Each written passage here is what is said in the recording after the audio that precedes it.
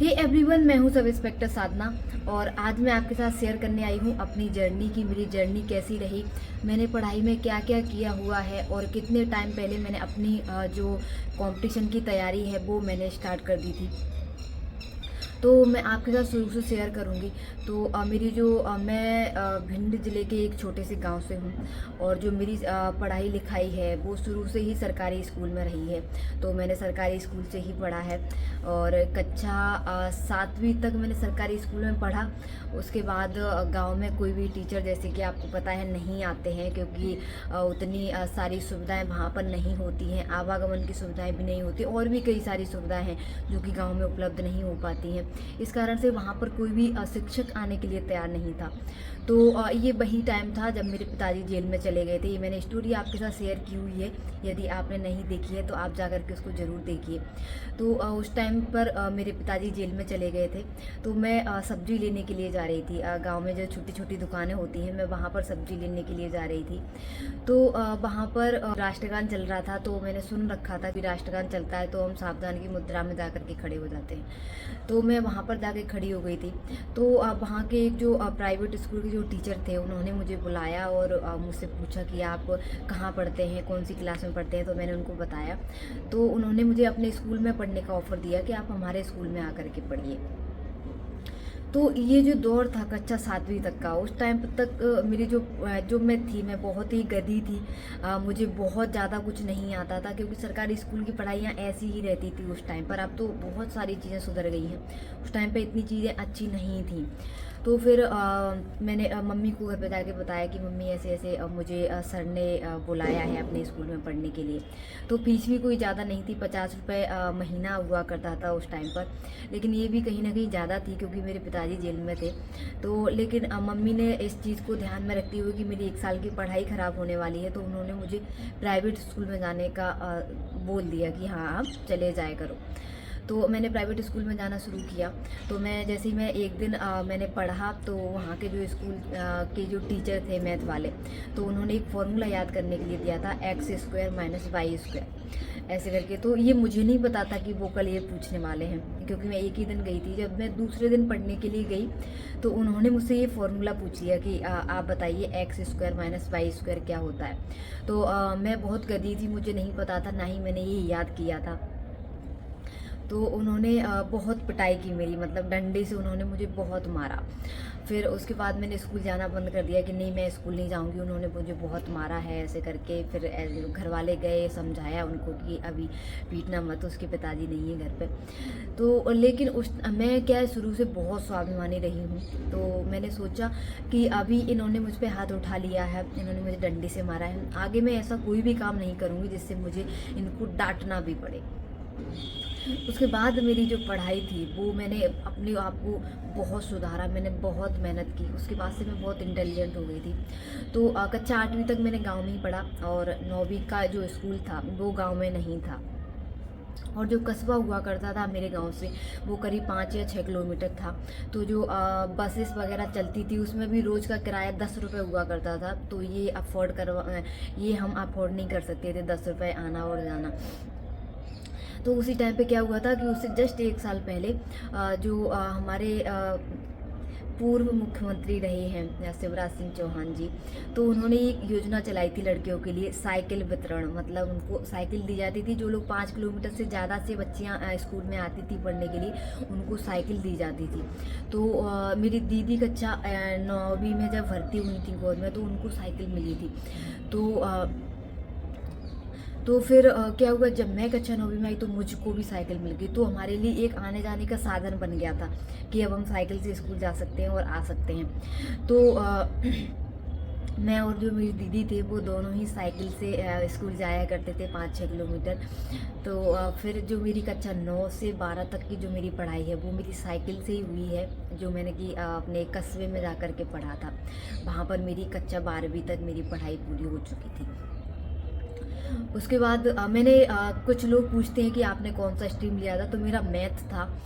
और उस टाइम पे लोगों का बहुत ही अच्छा जो एक कह सकते हैं कि मेरे प्रति एक रुख था कि उन्होंने कई सारे लोगों ने बहुत सारी हेल्प की है मेरी, कि जो प्राइवेट स्कूल वाले प्राइवेट जो कोचिंग्स पढ़ाते हैं उन लोगों ने भी मेरी बहुत हेल्प की, क्योंकि उनके यहाँ पे पहले फ़ीस हुआ करती थी एक सब्जेक्ट की 1500 रुपये, लेकिन उन्होंने कहीं ना कहीं हज़ार 900 रुपये में मुझे पढ़ाया, क्योंकि ये सोच करके कि मैं काफ़ी टैलेंटेड थी, तो उनको लगता था कि ये लड़की कुछ कर जाएगी, तो उन्होंने काफ़ी सपोर्ट किया आगे बढ़ने में मुझे। तो ऐसे करके मेरा 12th हो गया। फिर 12th के बाद मुझे ग्रेजुएशन करनी थी, जो कि मैं इंजीनियरिंग करने वाली थी, और अच्छा हुआ मैंने नहीं की, नहीं तो मैं भी बेरोज़गार इंजीनियर कहलाती। तो इंजीनियरिंग करने का था, लेकिन पिताजी के पास इतने पैसे नहीं थे, यहाँ तक कि जो रेगुलर कॉलेजेस होते हैं वहाँ पे जाने के लिए भी ना सुविधाएं थी, ना ही पिताजी के पास पैसे थे कि मैं वहाँ पर जा सकूँ, कस्बे में ही था। तो फिर क्या कर सकते हैं, क्योंकि मुझे ग्रेजुएशन तो करना ही था। तो फिर मैंने फिर प्राइवेट करने का सोच लिया कि मैं प्राइवेट ही कर लूँगी, क्योंकि मैंने लोगों से पूछा तो उन्होंने कहा कोई फ़र्क नहीं पड़ता, आप रेगुलर करते हैं या प्राइवेट करते हैं, दोनों की सेम मान्यताएं हैं। तो ऐसे करके मैंने सोचा ठीक है कोई नहीं, अपन प्राइवेट कर लेते हैं, क्योंकि जब भी हम किसी सरकारी नौकरी में जाते हैं तो वहाँ पर प्राइवेट या रेगुलर मायने नहीं रखता, वहाँ पर आपका रखता है कि आपने ग्रेजुएशन किया है या नहीं किया। तो ऐसे करके फिर मैंने प्राइवेट करना शुरू किया, मैंने बीएससी किया है मैथ से।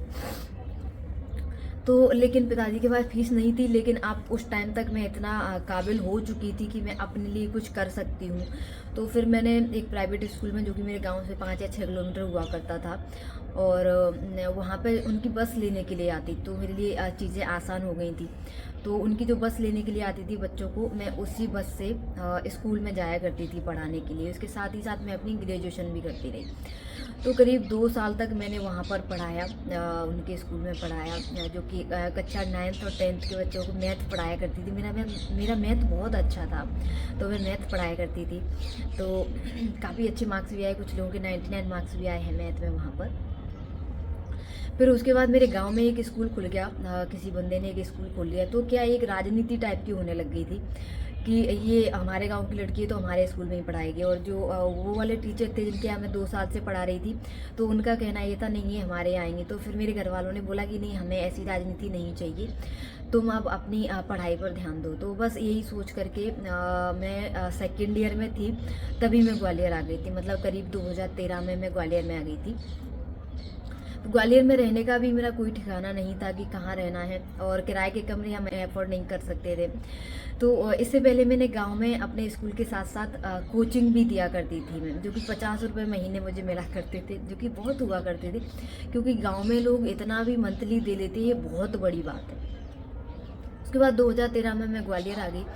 तो ग्वालियर में आने का मोटिव मेरा ये था कि मैंने एक बार न्यूज़पेपर में किरण बेदी जी को देखा था, जो कि बॉय कट में हुआ करती थी, बॉय कट में मैंने उनको देखा, तो मुझे बहुत अच्छा लगा। मुझे लगा वाओ यार, ये कितनी अच्छी लग रही है बॉय कट में। तो मैंने सोचा मैं भी अब एक पुलिस ऑफिसर बनूंगी, और मैं भी ऐसे ही करके रहूँगी किरण बेदी जी की तरह।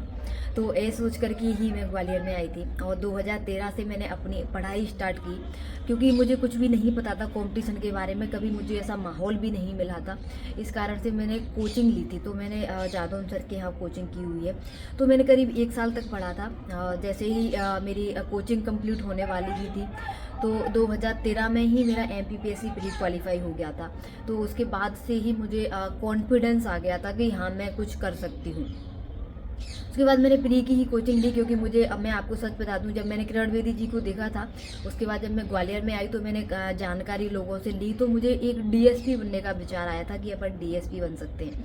तो इसलिए मैंने MPPSC की कोचिंग करना शुरू किया था। जैसे ही मेरी मेंस की कोचिंग आने ही वाली थी, मतलब MPPSC प्री की ख़त्म हुई, मुझे मेंस की कोचिंग करनी थी, तो फीस हुआ करती थी उस टाइम 40,000 रुपये, जो कि मेरे पास नहीं थे, और घर वाले भी अफोर्ड नहीं कर सकते थे, और मैं भी इतना नहीं कमा सकती थी कि मैं 40,000 रुपये कमा लूँ। और मैं यहाँ भी मैं ट्यूशन दिया करती थी ग्वालियर में भी, लेकिन उतना नहीं हो पाता था कि 40,000 रुपये फीस भर पाएँ। तो फिर मेरा विचार वही था, लेकिन कहीं ना कहीं संसाधनों की कमी को देखते हुए मुझे वो अपना विचार छोड़ना पड़ा, और मैंने MPPSC को वहीं ड्रॉप कर दिया। फिर मैंने पढ़ना शुरू किया तो 2015-16 में मुझे पता चला कि सब इंस्पेक्टर की वैकेंसी आई है। तो उस टाइम पे मुझे नहीं पता था सब इंस्पेक्टर क्या होता है, सूबेदार क्या होता है, ठीक है, आपकी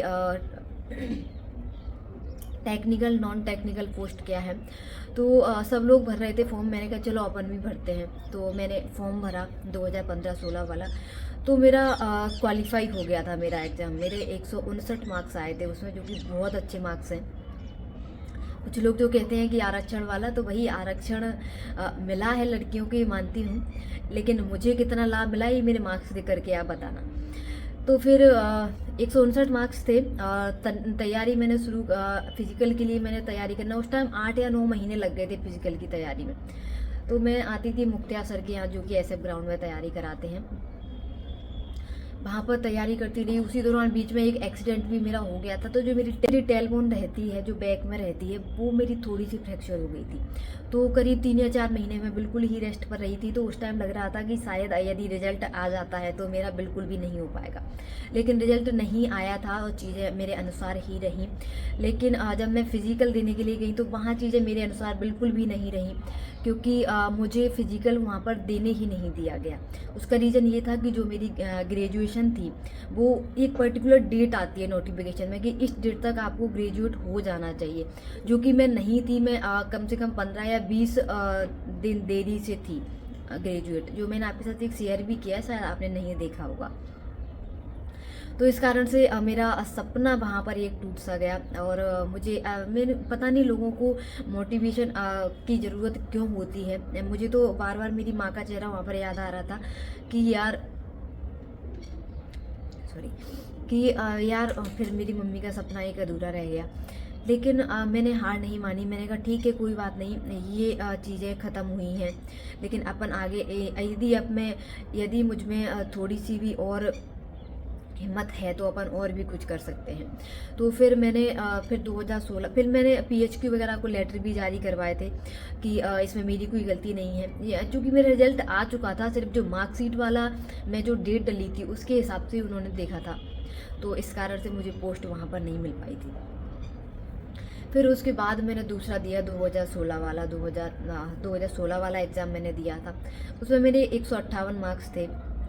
तो उसमें 3 इवेंट थे। जो पिछला वाला मैंने दिया था उसमें सिर्फ एक ही इवेंट था रनिंग, और जो मैंने 2016 वाला दिया तो उसमें 3 इवेंट थे। तो फिर लग रहा था, क्योंकि कभी ऐसे फिजिकल किया नहीं था कि लॉन्ग जंप वगैरह करना, गोला वगैरह फेंकना, क्योंकि मेरा वेट भी बहुत कम था, 45-40 किलो वेट हुआ करता था उस टाइम। तो लग रहा था कि शायद अपनी किस्मत में है नहीं, इसलिए भगवान अपने साथ ऐसा कर रहा है। लेकिन जो मेरा फिजिकल है वो उसकी तैयारी मेरे मामा जी ने कराई थी। तो मैंने आपके साथ शेयर भी किया कि मेरी रनिंग 2:44 में निकला करती थी 800 मीटर, और लॉन्ग जंप गोला फेंक भी बहुत ही अच्छा था। तो मैंने LNIP में अपने फिजिकल की तैयारी की थी उस टाइम, क्योंकि मुख्तियार सर के यहाँ मैं नहीं गई थी, मुझे इंजरी बहुत ज़्यादा हो जाती थी वहाँ पर, तो इस कारण से मैं उनके यहाँ पे दोबारा से नहीं गई थी। तो मैंने LNIP में अपना फिजिकल किया, और मेरा फिजिकल करीब 3 या 4 महीने बाद हो गया था, जो कि मेरा एक बार में क्वालिफाई हो गया। और ऐसे करके इंटरव्यू हुआ। इंटरव्यू का भी कुछ लोगों ने पूछा है कि आपसे कैसे क्वेश्चंस पूछे गए थे, तो ये भी मैंने आपके साथ शेयर किया हुआ है कि मेरे साथ कैसे क्वेश्चन पूछे गए थे। तो ऐसे करके मुझे फाइनल पोस्ट मिल गई, और जो मेरी पहली पोस्टिंग थी वो मेरी श्योपुर में रही है, और जो मैंने ट्रेनिंग की है वो मैंने सागर में की है। उसके बाद 15 दिन के लिए मैं भोपाल में गई थी, क्योंकि जो हमारी POP रहती है वो लड़कों और लड़कियों को मिला करके रहती है। मेरे टाइम तक लड़कियों को अलग ट्रेनिंग दी जाती थी सागर में और लड़कों को भोपाल में, लेकिन उसके बाद वाला जो बैच आया था उनमें मिला दिया गया था लड़के और लड़कियों को। तो ये मेरी जर्नी थी एक सब इंस्पेक्टर बनने की। अभी मेरी जर्नी ख़त्म नहीं हुई है, क्योंकि मैंने बिल्कुल भी हार नहीं मानी है। जो मेरा सपना है वो मैं ज़रूर पूरा करके रहूँगी। थोड़ी सी अभी परेशानियाँ हैं, बच्चा छोटा सा है और थोड़ा स्टेबल भी नहीं हूँ अभी मैं, तो इस कारण से मैंने फिर से शुरू तो किया है, लेकिन उतने अच्छे से शुरू नहीं हो पाया है, क्योंकि दिन में करीब 1 या आधा घंटा ही पढ़ने के लिए मिल पाता है, क्योंकि बच्चा भी देखना है, घर भी देखना है, नौकरी भी देखनी है, तो उतना टाइम नहीं मिल पाता है। लेकिन मैंने माना कि ये बहुत जल्दी नहीं होगा, लेकिन कभी ना कभी तो ज़रूर होगा, और मैं आपको उसी सपने के साथ मिलूँगी जो कि मैंने देखा हुआ है और मैंने खुली आंखों से देखा है सपना। तो ये थी मेरी जर्नी सब इंस्पेक्टर बनने की। मैंने कुछ चीज़ें आपके साथ अलग से भी शेयर की हुई हैं, तो यदि आपने नहीं देखी हैं तो आप उनको जा कर के ज़रूर देखिए। तो